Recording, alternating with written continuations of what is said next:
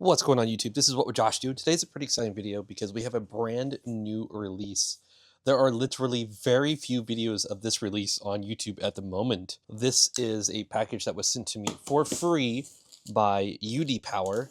They have sent me stuff before. Those power stations are actually in use with family members at the moment because of the winter storms we're having.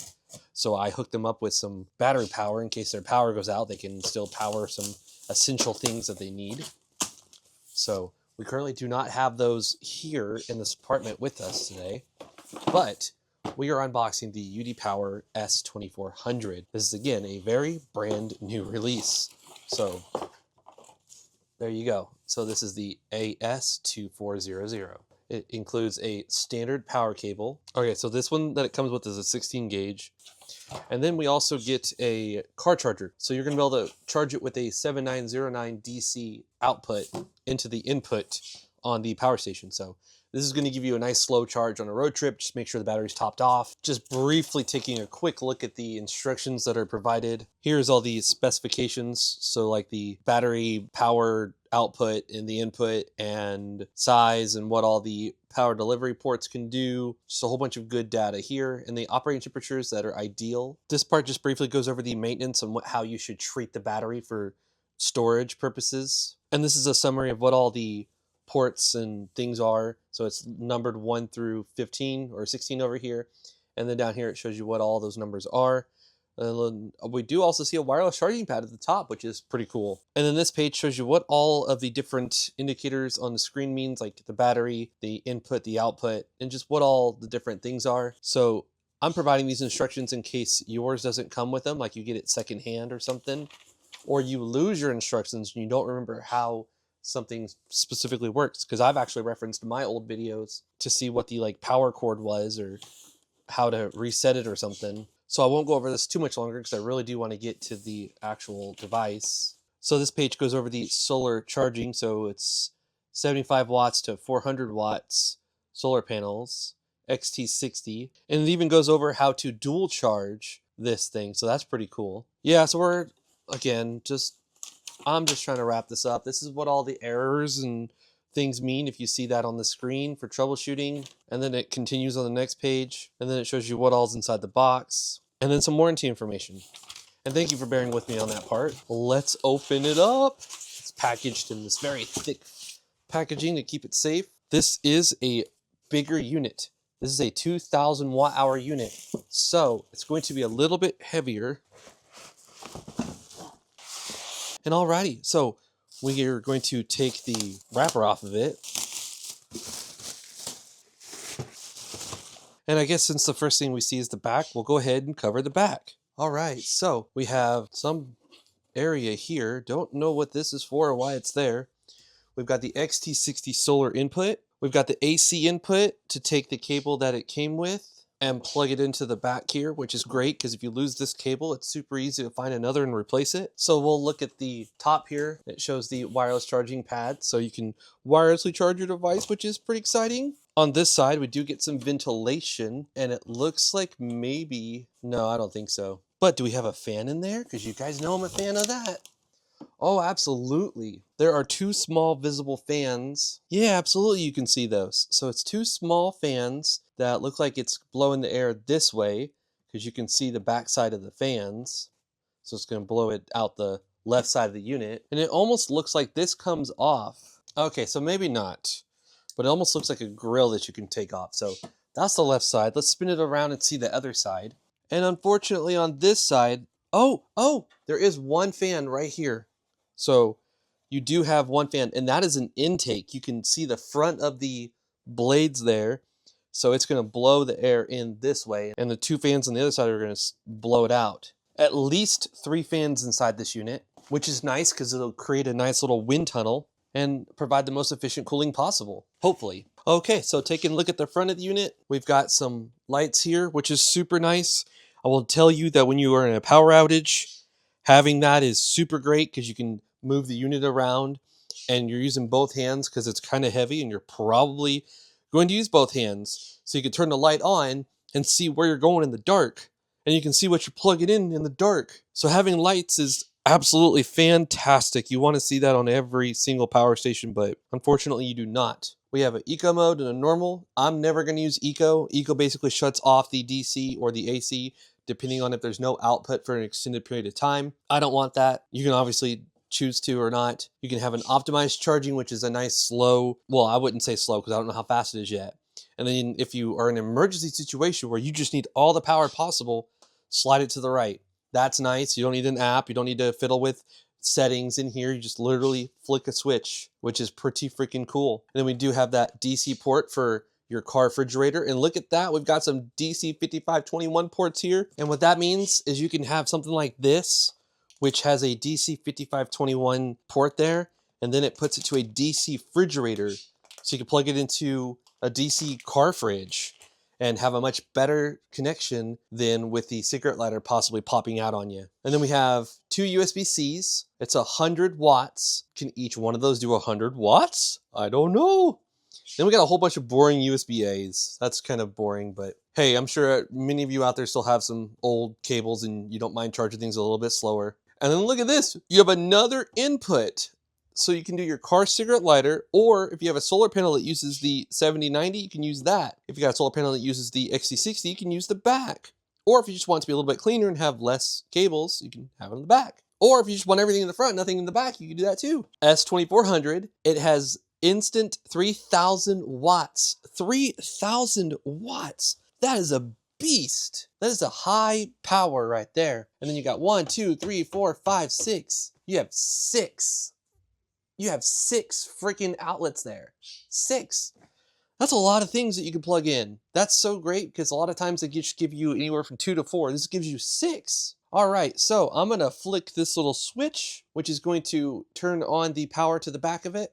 And my unit arrived at 56% charged. This screen shows you the input. This shows you the output. I just heard a relay click inside, and now the input is slowly ramping up. So what is optimized? Optimized is, looks like about 500 watts. That's great. 500 watts is not slow. Again, about half charged. It's gonna take about 2 hours. If we're just guesstimating right now, that's about 4 hours to go from 0 to full at the optimized. And optimized is going to extend the life of the batteries because it's not forcing a crap ton of power in there all at once. Now let's flick it to fast and see what happens. Oh, my lights just flickered. I live in an apartment where they have old freaking wiring and the breakers suck and they trip real easy if you push over 1,000 watts out of a freaking outlet. Oh, I'm about to lose. Yep. Okay. It's my light, my whole apartment, my breakers, my lights, everything. So I'm gonna go ahead and keep it on optimized. We did see 1200 watts there. In fact, I can actually do a test where I drain this and I plug it up to an outlet that can definitely provide the most charging possible. And maybe we'll do 2 tests. One on how long it takes with optimized and one with fast charging. Maybe, we'll see, maybe not. So let's talk about some features. This has a 10 millisecond UPS mode. And what that means is you can have it charging and getting power, right? And then say you flip a breaker in your apartment like I constantly do here. You still have things getting powered and going while you go to the breaker and you reset it. And then it's going to switch over to the AC power from the wall and provide that to your device that's plugged in while it charges the battery in here. And then once the battery in here gets to full, then it's just gonna supply power from the wall to your device until the power goes out. Then it's going to have that 10 millisecond switch over. I do hear a fan going on the right side here, and I can definitely feel some air, so it's not loud at all though. I'm not going to change any settings of my microphone at all. I'm just going to put it up to it and let you hear it.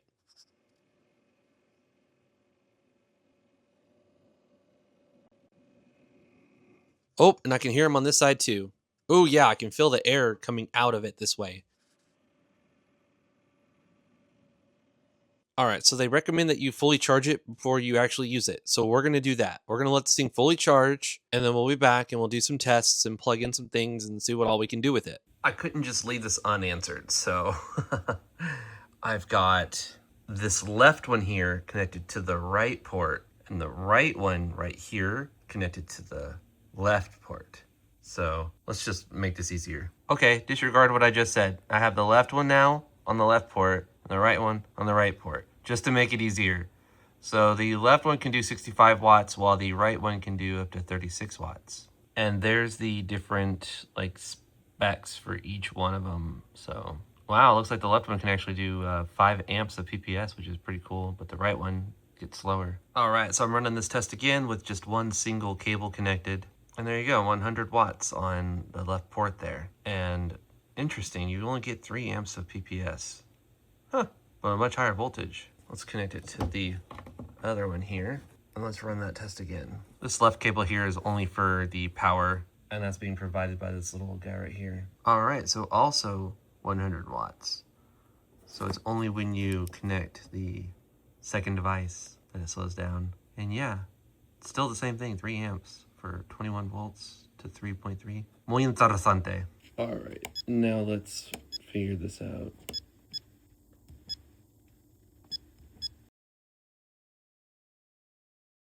Okay, so that's going to be the top port. Now, you do have these other ones as well. Okay, so that's the right port. Left port. Or middle, sorry. Okay, so middle port, and now the left. And now the left. Wow. Oh, yeah, because this little... Alright, plug it into the left port now after we move this out of the way.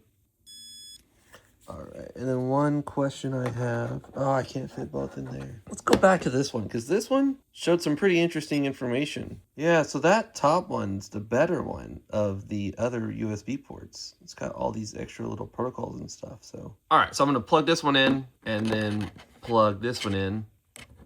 You're not going to be able to see this one very well, but we're going to try to start both of these at almost the same exact time, and see if it loses anything when you connect. Oh no, okay. All right, so that one still does good things. Yeah, these 3 ports here are gonna be your like USB lights, USB fans, stuff you really don't charge that fast. This is gonna be the one you connect if you have these 2 currently in use, because USB-C to USB-C or USB-C to Lightning is gonna be better, much faster than the USB-A. But if you have these 2 in use, this port's still pretty good. I don't have a way of connecting both of my testers and just running everything all at once, I don't think. Yeah, if I plug that in, I lose that. I can't test all 3 at once, but whatever. Pretty cool. You just hold this button down and eventually it turns off after a while. And now it's off.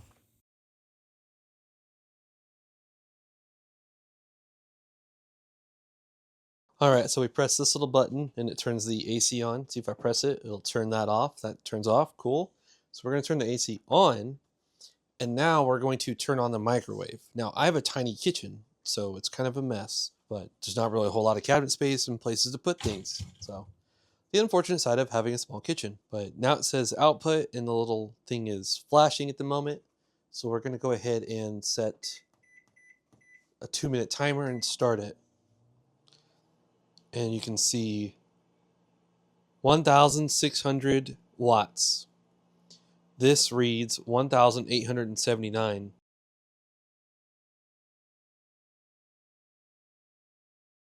And before it ends, if we turn the light on and we turn the fan on, you can see that we're drawing 1715. This reads 1941.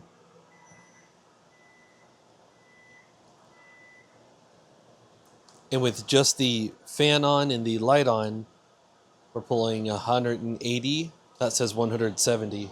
We lost 2% during that cook.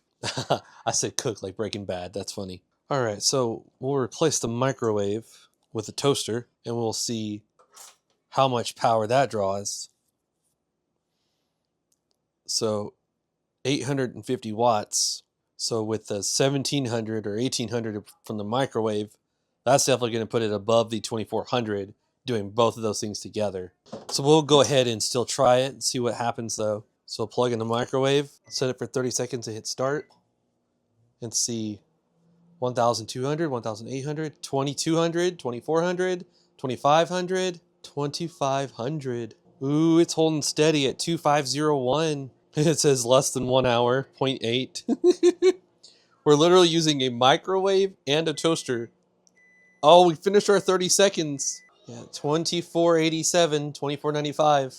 That's crazy. The fans aren't even that loud. I have power stations for much more known brands that get way louder when you start pushing this much power out of it. 2498. Oh, toaster's done. Crazy.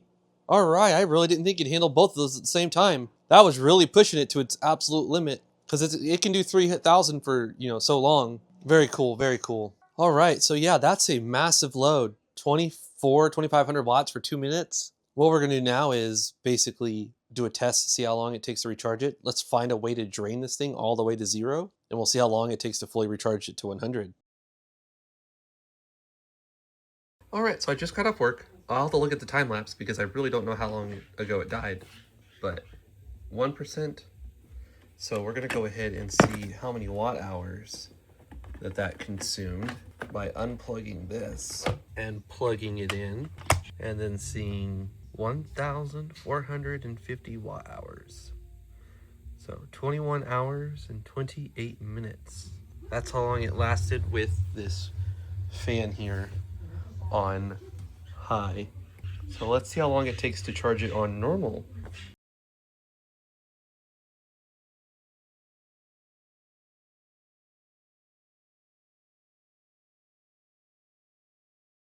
All right, and it finished charging about 10-15 minutes ago, somewhere around there. So let's check the watt hours, and we put 2.296 kilowatt hours. So 2,296 watt hours into this thing. And yeah, I don't have a measurement for the turbo fast charging mode. So this is the normal standard optimized charging mode.